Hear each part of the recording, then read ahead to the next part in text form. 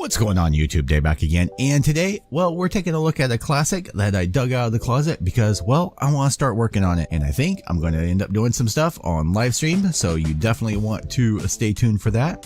This is a classic from 2010, and this of course is the Perfect Grade Strike Freedom Gundam. So what we're going to go through is we're going to go through the runners real quick, take a look at everything, and wrap it up. So let's get to it. First off, in the box we end up with this. This is just some information. Everything of course is in Japanese, but it's got some great artwork in here. Just going to flip through real quick and showing some of the features. No, this kit has a lot of gold, and I'll be honest, it's some crappy gold. Moving on, I'm not going to linger too long as far as this booklet goes, because like I said, it's just some information about the timeline, the suit itself. You've got a lineup of just a ton of the seed characters, the different suits. You've got the location of all the stickers, of which we will be using none of in this video. Speaking of stickers, here are all the stickers, and there are a ton of them. So if you decide to use them, you have many options, but these are just going to go into the bin with the rest of the stickers. You get a sheet of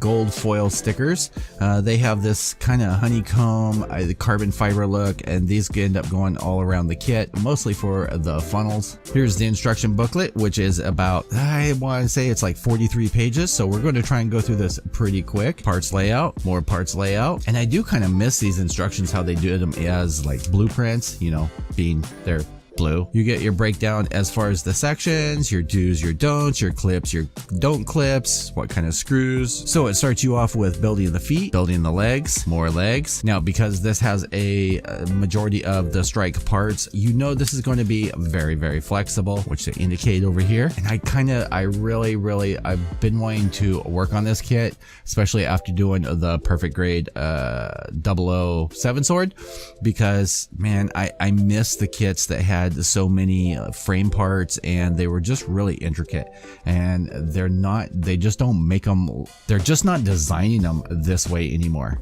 You get the waist section, you get the guns that go under the waist. I do like they have this ratchet system for folding open. You get the assembly of the legs and the waist, and then the waist guns. You get the building of the chest, continuation of the chest, attaching it to the waist. You get the beginning of the head. Of course, no batteries with this. Attaching the head, and then we start with the arms and the shoulders over here.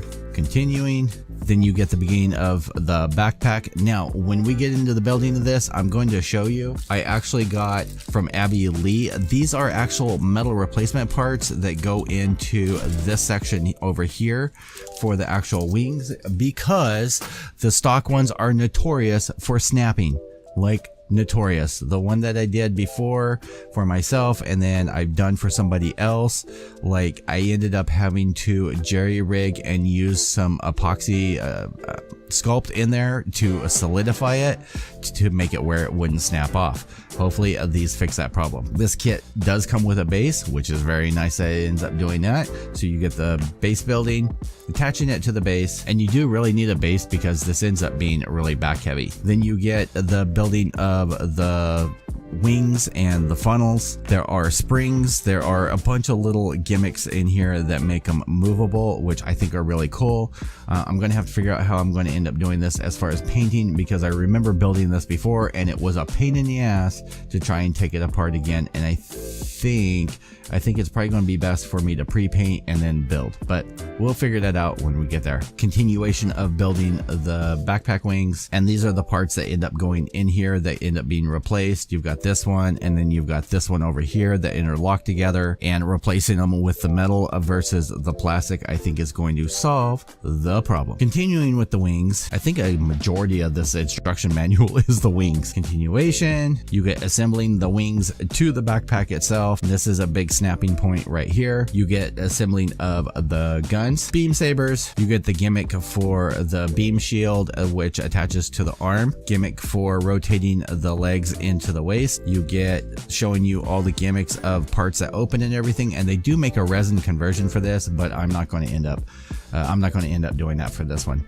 This one's going to be pretty much a straight build. It's going to be, like I said, in stream, it's going to be black, red, and gold, showing you how to open up the guns on the waist, and then how to pivot them around, how to attach the guns to the waist, and then of course how to fold open the wings and extend them, take off the funnels or the dragoons, however you want to end up wording them, and then the back of the instruction manual.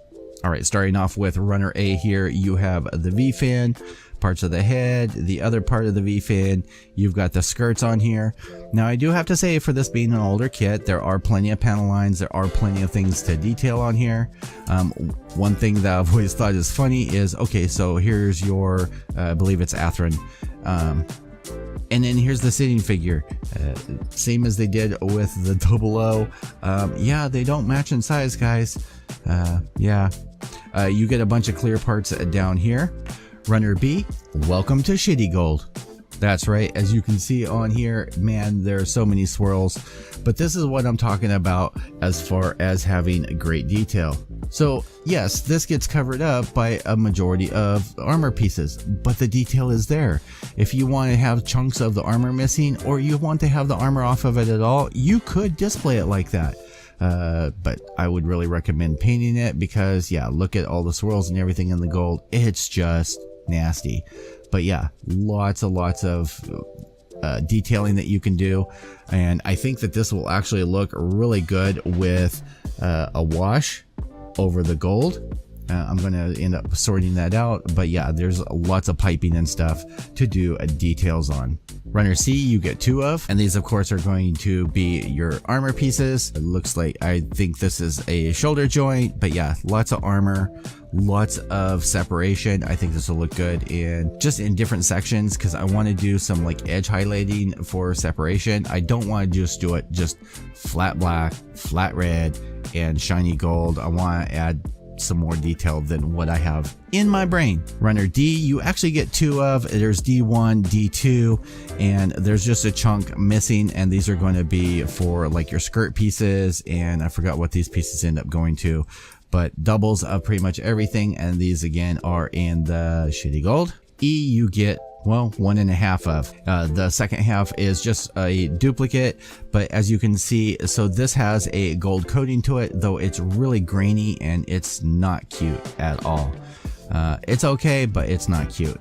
So here's bottom of the feet pieces, parts for the legs, vents, everything on here. This of course is going to get repainted. You get runner F1, F2, which is just half of F1, and yes, there's a piece missing off of here, which is this, which is in the bottom of the tray over here. Runner G, you get 2 of, and these are actually coated differently than the first ones. These have that kind of funky like dip, so in all the recesses it's silver, and then you have like this clear yellow over it to give it that gold effect. Again, I'm not a fan of that, and that's going to end up coming off. Runner H, you get 2 of, again Shitty Gold, leg pieces, I think there's some arm pieces on here as well. You get an I1 and I2, and the parts that don't get used, these are going to be, I think, chest vents, faceplate, collar, and I'm not sure what that piece goes to, but yeah, everything else, these are going to be for the guns that go on the waist, and these are going to be for the shoulder. You get a J1, J2 in red. These are going to be shoulder pieces, faceplate. These are going to be, I think, for vents. This is going to be for the shield on the shoulder. And one thing I have to say, like looking at some of these, so you do get some variation, and I think the camera is picking that up as far as the injection molding, which of course a lot of this, if you wanted to buff it, just do a buffing over it, will remove the swirl marks that are on there. But for this being a perfect grade and being bigger pieces, I would expect actually more divots in the pieces, and there's not compared to a lot of the newer kits. So I think that they're making the newer kits thinner. But yeah, one of the things I do appreciate about perfect grades as well is like on the inside of these, there's panel lines and details where a lot of that gets missed in the newer perfect grades. Okay, there's 2 of, and these are going to be feet. L again is going to be in blue, and these are going to be vent pieces going around the kit, and I believe this is for the waist. Runner M is going to be more armor pieces. N is going to be a coated gold piece. These are going to be all your fingers and parts for the hands. I'm not a super fan of all the individual joints going together, but at the same time, I like the fact that they're consistent and you can get rid of all the seam lines and everything as you end up going, unlike with the ashtray where it's the different plastic pieces that make up the hand.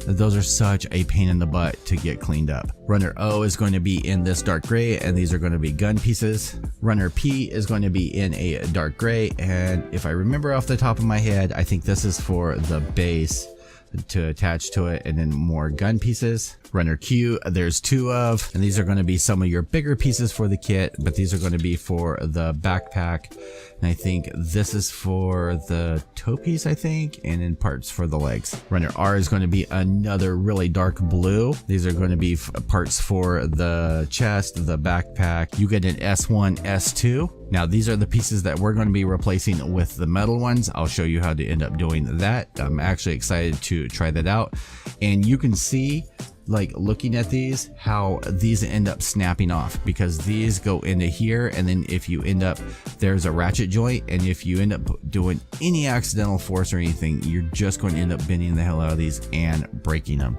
And this section's for the backpack over here. T, you get 2 of. These again are in navy, and these are going to be for the wings. You do get some panel lining, not a whole lot, but you get some panel line details on there. Runner U, you get 2 of. Again, more parts for the wings. Runner V, you get 2 of. Crappy gold, more parts for the wings. Runner W, you get 2 of. These are more parts for the wings, and these are in the coated gold. WA, these are going to be all your pistons, and just a couple of details. I think these are for the guns, and these are of course in chrome. WC, you get 2 of, and these are going to be for joints or for posing pieces, but these are in a hard plastic. X, you're going to get 2 of, and of course these are going to be for the backpack. Y, you get 4 of. These are going to be for the dragoons. And of course you've got some details, and this is what a majority of the stickers were for. It was in here, here, but we're not going to end up using those. Z1, you get 2 of, and I think these are for the backpack pieces. I don't remember offhand, but these are in almost a black. Z2 is just some duplicate pieces that are needed. You get 2 polycap runners. You end up getting your beam shield. I do really like this effect though. It looks really good. Of course, you get the pieces that I ended up getting from Abby Lee. These you can pick up off her eBay page, which I'll try and remember to put a link down below. Pick these up. They are a little pricey. I think they're about $20–25. But if you're wanting to be able to pose your thing and not worry about breaking off, this is going to do the trick for you. You get part of the battery cover, a screw, the LED. You get 2 different sizes of springs, I think. But either way, you get, I think there's 6 springs here. There's 8 springs here total. Coming up on the end of it, I haven't taken it out because I wanted to give you some plastic bag ASMR. So you get your 2 beam sabers. This is going to be your arm for your base and the base itself. All right, boys and girls, I think I've done this once before. It feels like I've done this once before, but I hope you guys enjoyed this. If you did, make sure you hit that like button. If you haven't already, hit that subscribe button. Definitely stay tuned because I'm going to start clipping this up, getting it all ready, and we're going to end up building this on live stream, or at least a chunk of it. So definitely stay tuned for that. As usual, YouTube, I will see you guys all in the next video. Peace out.